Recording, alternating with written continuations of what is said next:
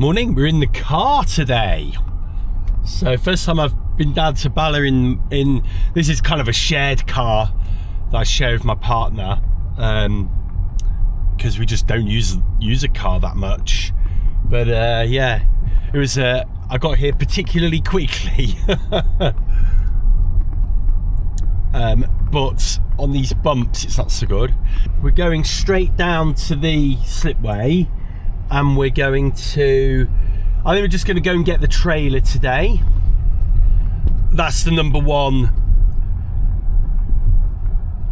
target of today, is to get the boat hauled out and on the trailer ready for next week. So yeah, hard work.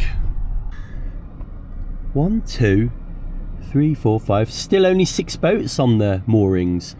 There's mine, there's Rob's lugger, that big yacht, proper yacht as I call it, that one's for sale, post boat and the drifter.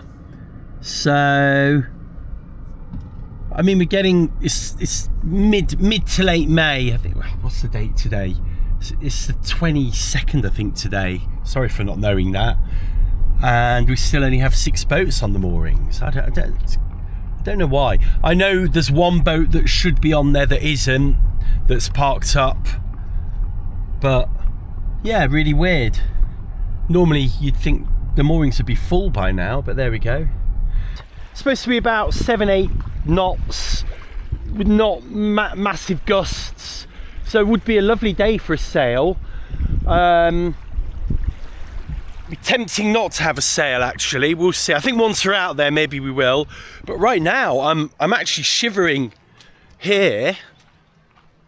It's cold, you know, and I've only got my shorts. I've got a couple of jumpers and layers we can put on. Anyway, let's get this trailer sorted.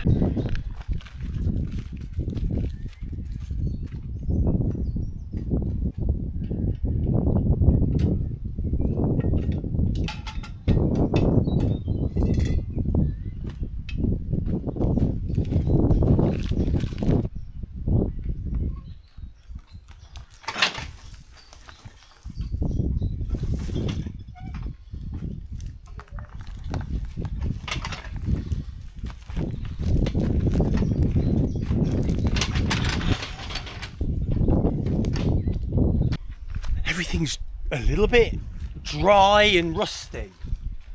Need to get the oil out, I think.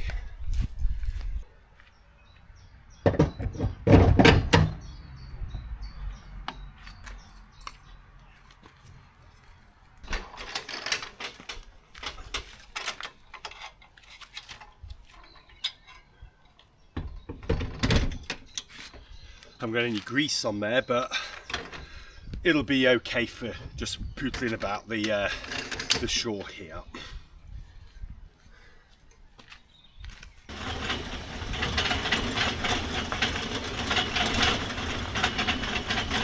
This is an old but very faithful fleece. I've had it literally decades. It's still such a warm fleece and it dries so quickly.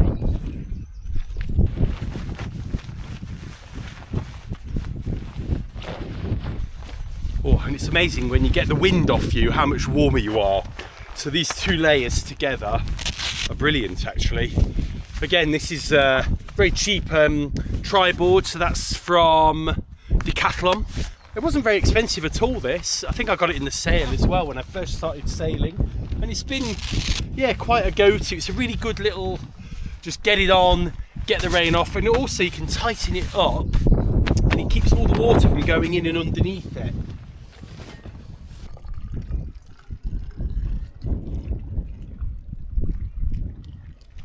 I parked in the middle here because this is the slipway we normally use, but you can see the water's quite up there. We've had a lot of rain in the last 2 to 3 days, and this one here looks a little bit nicer to launch on.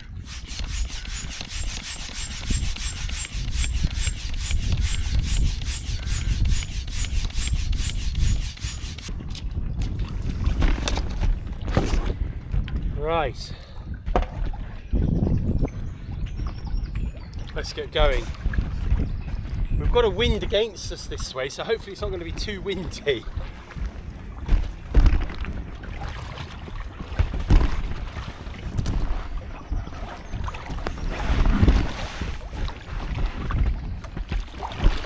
But in a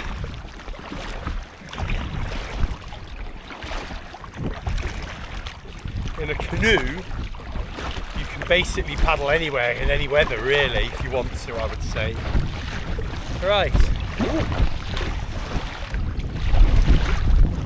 Let's go and get Lulu.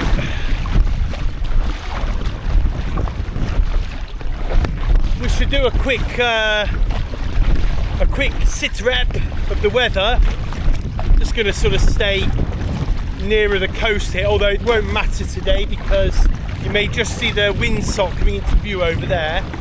We've got definitely a southerly wind. It looks like it's coming all the way up the lake, so that would indicate a southwesterly.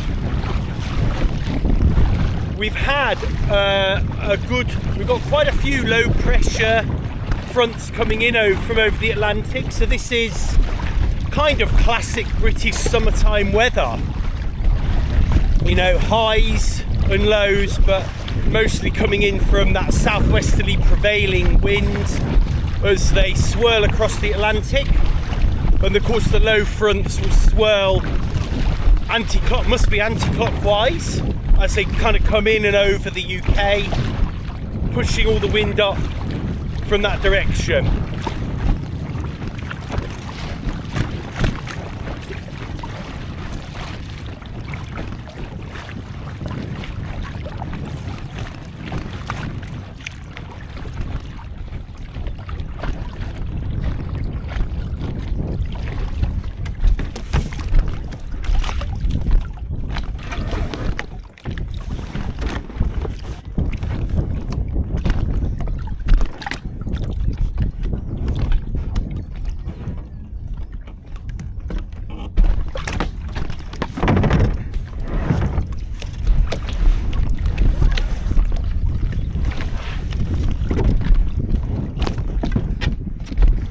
Got on the wrong side. I normally get on this side because I stow my sails and stuff on the left of port. And also I've just realised when I want to empty the water with the pump, it's sinking tadpole. I've decided on a few things today. So we're going to do things, you know, forever trying to find things we've never done before on the lake, and it gets ever more difficult. But I have found some stuff to do today. First thing we're going to do, we're going to tow tadpole. We're going to see what the lugger does, towing tadpole, like a little tender. So two reasons I want to do that. First is I want to see if it affects her at all in any way. Secondly, to see if we can realistically use tadpole for, you know, an emergency craft, because she's so quick and easy to blow up and then get overboard that it would be nice to be able to, you know, have her there if the going got tough. And, you know, if I'd fancy my chances in this far more than sitting on the boat if the boat, you know, were to capsize. So that's another reason. Second thing we'll do is we'll have a little motor. We haven't really motored around in Lulu this season yet, and I do like a little motor. I'm not going to lie. I love sailing, but I do like a little motor. So we're in the car. We've got no way to make our second cup of coffee. So I think what we'll do, first test will be to tow tadpole across the lake with a beam wind, and we'll use the motor. We'll moor up at the adventure centre. We'll go and see if the cafe's open. I've no idea what time it is. I got here like at 6 o'clock today, so hopefully it's open. Let's go anyway. It's a fair wind. Came off the mooring and we were kind of 20 metres away before I could even think. So got to keep your eye out, haven't you? And then we've got this nice southwesterly today, which for sailing is brilliant. But for getting off the mooring, that's interesting, isn't it? We've got these boats. There'd normally be one here. So Let's just give the engine a bit of oomph. I think we're underdoing that a bit. There we go.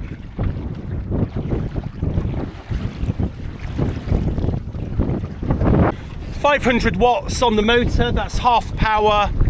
We've got, I think it said 3 hours, yeah, 2 hours 55 range in time, 2 hours 55. So, you know, and we're making merry progress. I haven't got my speedometer today, although I do have boat speed on my own phone, but I imagine we're going about close to 4 miles an hour probably, judging from that marker there. First test with Tadpole is I've got to just held amidships here. Now, reason I'm testing her here is, and also we've got the wind coming off this beam here. So the reason I'm testing her is just to see if she gets in the way of the boat. It's not good to be buffeting the boat like that, you know, over the course of a few hours. You could rub a hole in her, couldn't you? But stability wise, she's doing okay, isn't she? Reason I'm trying this is that, you know, it's the quickest way of getting her. And also, you know, lines are kept out of the way of that outboard, you know. That's what you don't want, is a line, you know, floating into the outboard. So far so good. So what we'll do now, let's just change direction. So the wind's going to be on the opposite beam, and let's just see what happens. So we can just come about through the wind. I'm doing it nice and gentle. You can see how Tadpole's actually come away from the boat because of that. There we go. And now with beam on, but the other beam. Let's see what happens. Yeah, not much. If anything, she's maybe not buffeting quite as much, is she? Yeah, she is maintaining a distance, isn't she, look?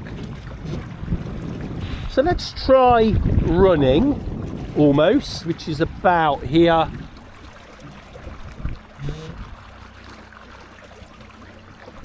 Say, there.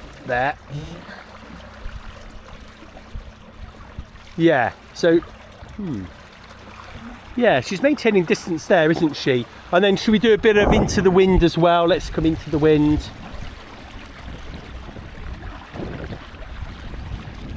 Here we go. Hey, there's a wind today. It's nice, this wind. Right, I use my flag. I think my flag's the best sort of wind vane I've got, but it is a bit wrapped around at the moment. Here we are, we're into the wind now, nose in. And there's, yeah, she gets pushed in, doesn't she? Depending which side of the wind we are on. So for that side, definitely. I wonder if we could just get her back a little bit.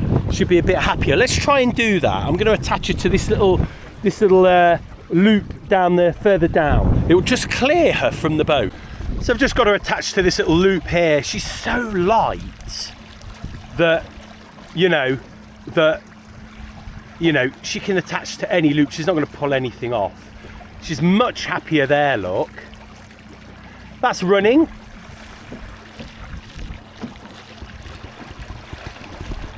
Let's beam reach with the wind on the same side as Tadpole. So there she gets pushed.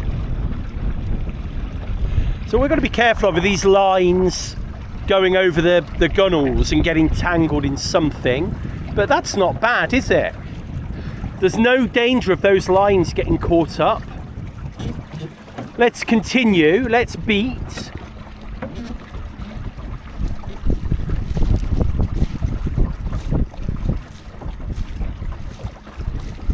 We're about there. Yeah, no different. You don't even know, do you? No difference. And then let's beam reach the other way.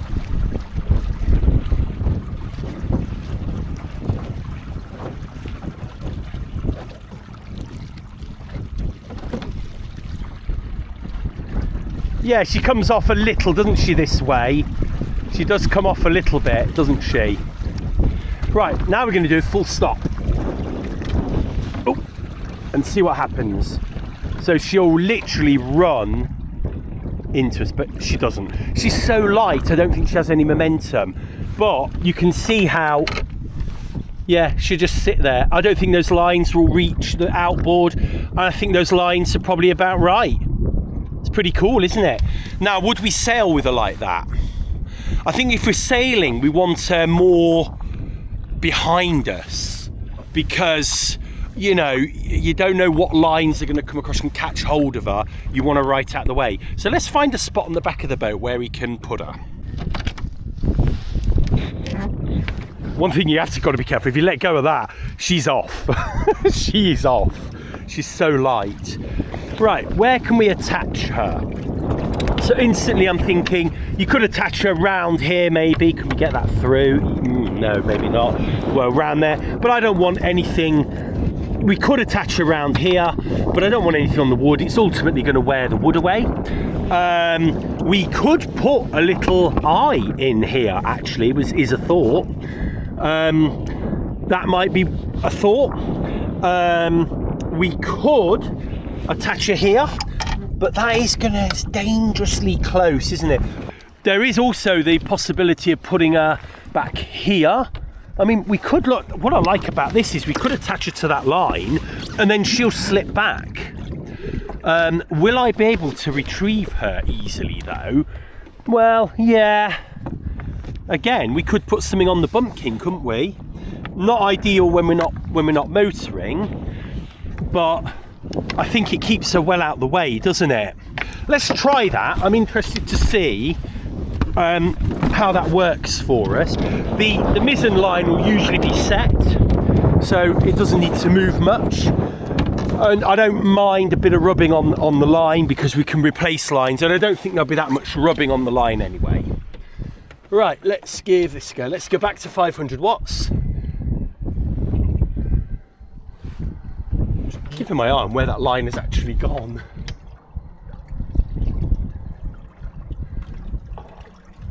There we go, 400 watts we're doing actually. Right, we'll do, as we're here, we'll do a reach or a run. There you go. Ooh, I like the way she's proper out the way, isn't she? Now, let's just do a full stop. Try and keep straight. Let's just see what happens. Not much. Let's do a reverse and just see what happens.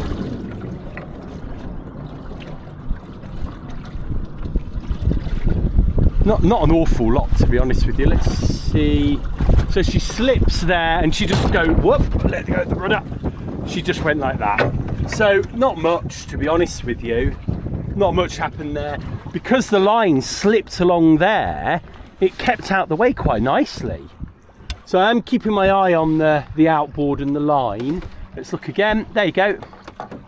Awesome. I mean, that worked, didn't it? That worked. So let's do some beam reaching. This time we don't really need to do both ways, because she's on the end there, and that's that.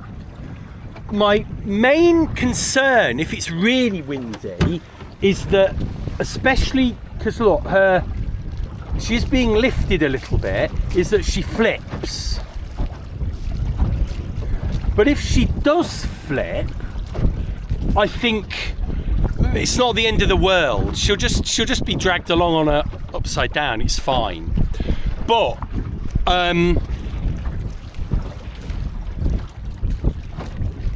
what I think we're going to have to accept with this Packraft is she's super light. So if it's windy, she is going to flip, and that's that. That's when we just have to bring her in, and we have to just rely on, we could either inflate her and leave her in the boat, she does fit, or, you know, we work that out when we come to it. But that's that. Anyway, that was a good test, I think. Yeah, good test. I think when we sail, we'll see how she gets on when we sail as well, and then yeah, good test for the sea, isn't it?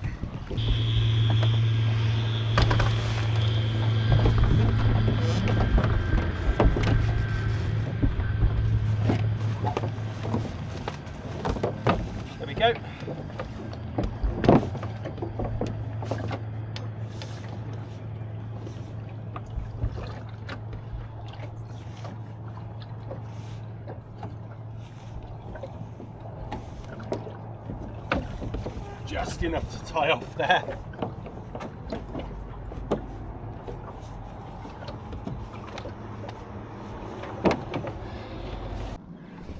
I always sit for a few minutes just to check everything's okay. It's amazing how many times you might have tied the line up and you've not actually tied the line, or something's loose, you know. So we'll just check where Tadpole's just getting pushed into us right now, which is great. I might move around here, nothing for her to rub onto here really. And then, you know, if the worst fails, we're just going to go into the shore there. So it's not like we're going to lose the boat out there today. So yeah, cool. And as we were just talking about, it's quite sheltered here now. So yeah, there we go.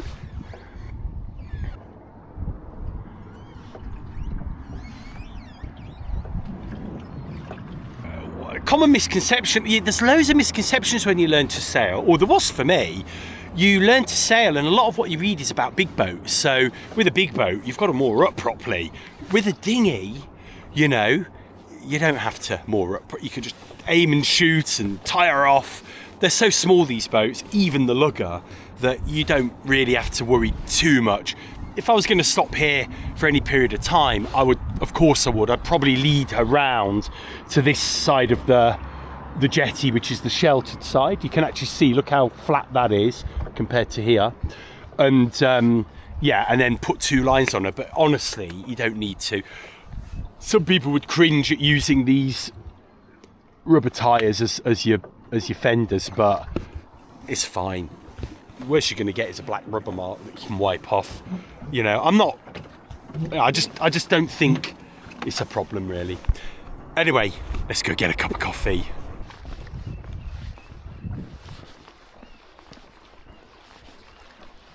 New sign there.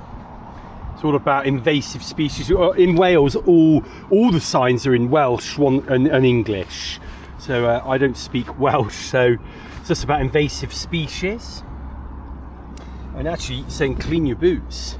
In fact, you get that a lot with the lakes. You know, if you go to a different lake that might have a certain weed in it, and then you bring your boat back here, you know, and it's not being washed, you can actually bring an invasive weed back. And there are cases now of lakes, I can't remember which ones, but if it gets a bit too warm, the lake just gets swamped with this weed, so no one can use the lake. It's impossible to sail a boat or even paddle, you know, canoe in it. So yeah, we need to be ever more vigilant, don't we, of all this going on really.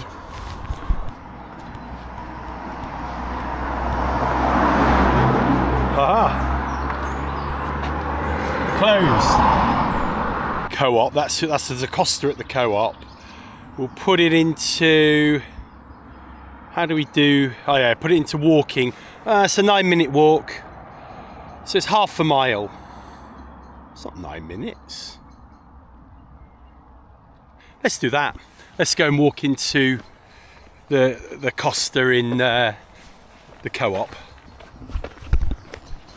I've often wondered, that's always been there since I've been at the lake, that dragon. It's like one of those pedalos, isn't it? Usually they're swans, but here we've got a Welsh dragon. So I wonder if it's, I've never seen it out. I wonder if it'll ever get out on the lake. So this is actually a leisure centre here. And I don't know whether it's recent or, in fact, let's walk over, let's go over. But there's a cafe here as well, so we could have a little look. Always up for trying new things. But all the signs are outside, but it's hard to tell if it's open or not. Let's go and have a look. Sometimes I feel like I'm all alone on this lake, I really do. Let's have a look. Oh, look at that. Air for your paddleboard or something. Open 10 AM, so that's an hour and a half. But it's worth noting there are actually toilets here, and it's worth noting that's a nice cafe. I have no idea that existed. So, and this is the leisure centre, I think. I think there's a pool in here, so you can get your swimming done in there. if you don't fancy the lake.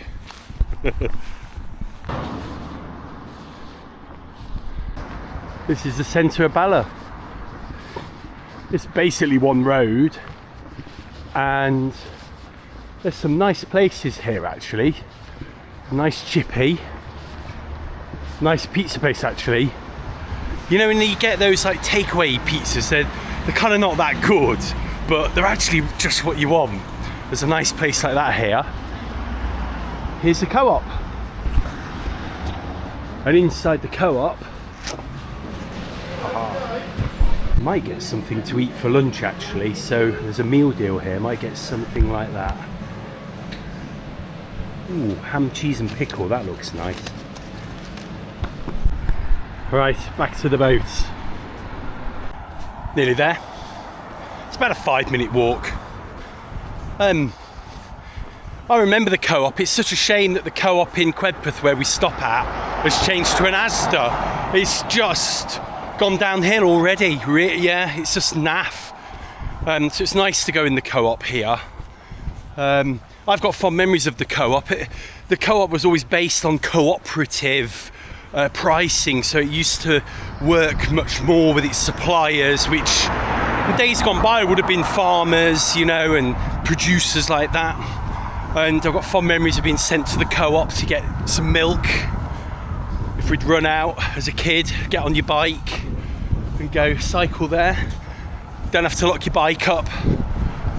But it was, you know, every village had a co-op really, but now it's a Tesco Express, isn't it? There she is, waiting patiently with her little sidekick Tadpole. I've only got 5% battery left, and I left all my batteries in the car, so another reason to get ourselves over there. So we'll finish this coffee and we'll get on more up at Bala. Meal deal wasn't the meal deal. These things are so confusing. I picked up the wrong orange juice.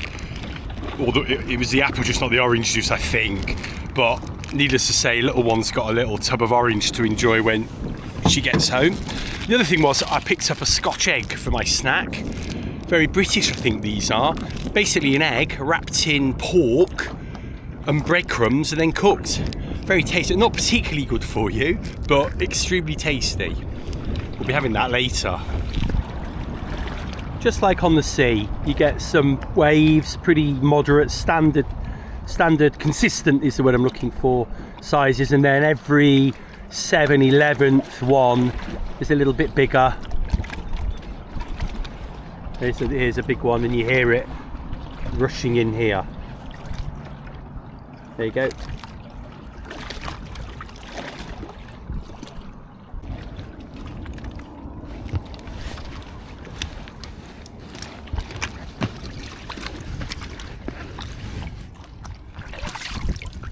Leaky valve there. Interesting. I wonder if I can do anything. Is it a leak? Yeah, look. Something leaking. You can hear it, can't you?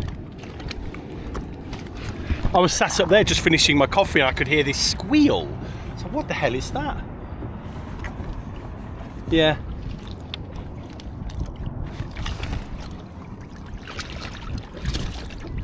Is it the valve? We'll have to have a little hunt for that when we get back to the other mooring.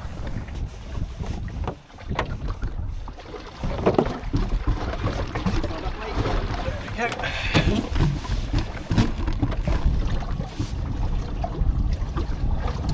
Just got to be careful, there's a few little rocks here.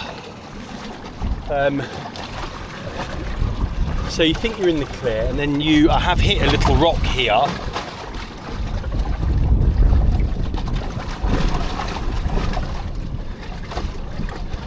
But I think we're safe now. We'll just give ourselves a little bit more room with the sink. So I was going to try to kind of get everything out of the boat, but I haven't got anything in this boat. She's so empty most of the time. A couple of the guys with luggers have often commented at how quick the boat is, and it, you know, and I mean, maybe it's my sailing ability. I doubt it though, but it could be that they've got loads of kit on their boats and I've got nothing. I think it's more likely that.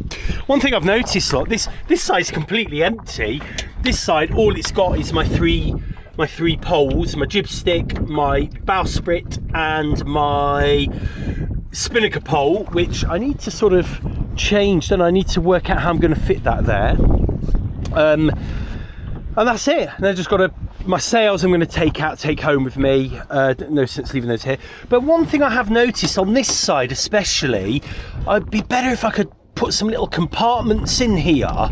So I might maybe get a box or try and find a way of, I mean, you could just fiberglass something in, but of course that's a little bit permanent, isn't it? But it'd be nice to find a way of just keeping things together, because these always slide under and get poles over them, and then I've got a definite place for things, you know, like cameras would be nice to put somewhere. This gizmo here would be nice to go somewhere, you know, bits and bobs like that. Sails tend to go up here because that's where they're going, up there. Poles on this side. Oars, my paddles go on this side as well. I normally keep a paddle out depending on the wind really, but yeah, I travel very light, to be honest with you, always have done. So yeah, let's get this kit in the car anyway, and then work out what we're going to do next.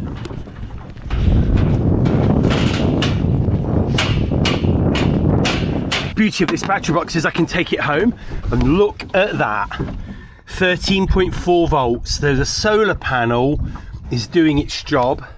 This doesn't need charging at all, but we'll take it home anyway. There's a few things I might want to do to that tomorrow as well. And look at this, the beauty of this is we can just undo all of these, put the caps on, and that battery can just be lifted out and taken home. I forgot to say, that bird scarer is doing the job right now. We've got 2 bird poos on the cover. One we had anyway from the week before last. One might have just been something dropped from the sky, but yes, very pleased with that bird scarer so far. So touch wood, or knock wood as someone's told me on a recent video, if you're American, that bird scarer is doing the job. Let's get the last of our kit in the car and let's go sailing.